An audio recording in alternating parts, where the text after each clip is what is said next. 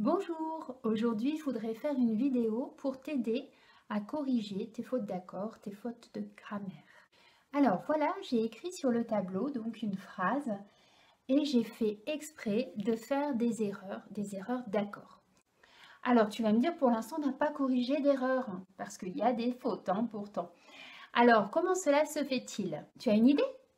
Eh oui, voilà, parce que la terminaison du verbe va dépendre du sujet. Tu as tout à fait raison.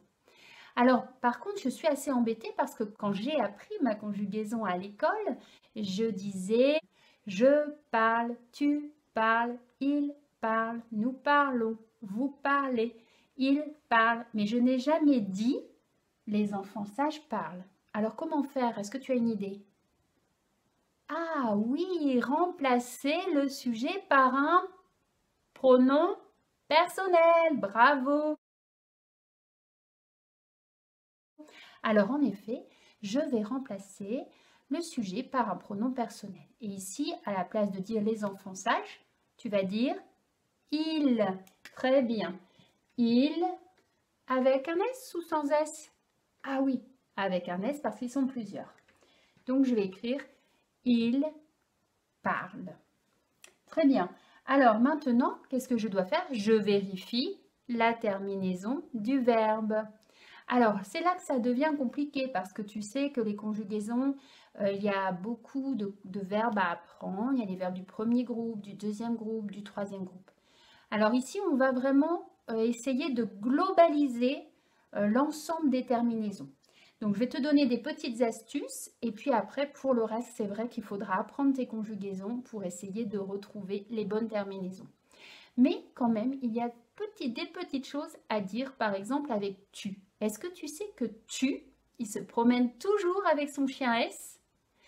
Et ce chien S, tu vas le retrouver dans tous les groupes de verbes et dans tous les temps.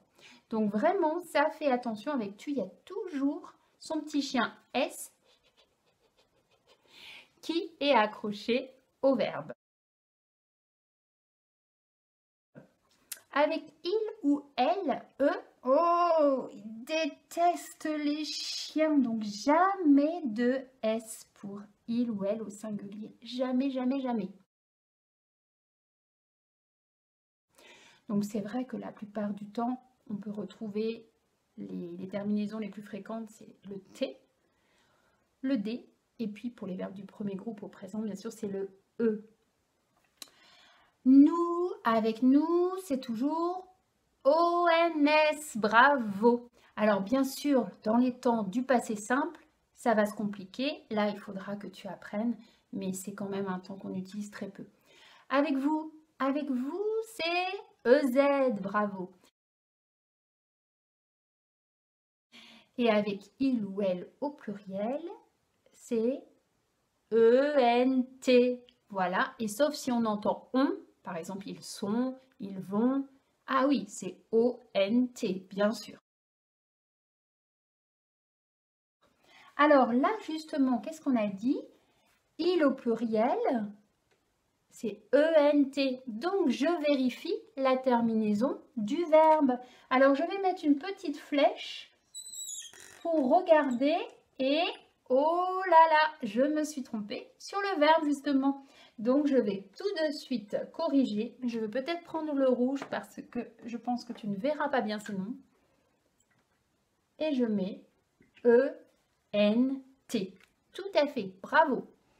Alors là, j'ai vérifié donc mon verbe et je l'ai bien accordé. Donc, tu vois, j'ai trouvé mon erreur, mais il en reste encore. Alors, ce que je veux dire, c'est que vraiment, c'est très, très important de faire ces 4 étapes. C'est-à-dire, je cherche mon verbe, je cherche mon sujet, je remplace le sujet par un pronom personnel, sauf bien sûr s'il y est déjà, et je vérifie la terminaison du verbe. Parce que si tu ne vas pas jusqu'au bout de tes étapes, eh bien, ça ne servira à rien d'avoir cherché le verbe et le sujet.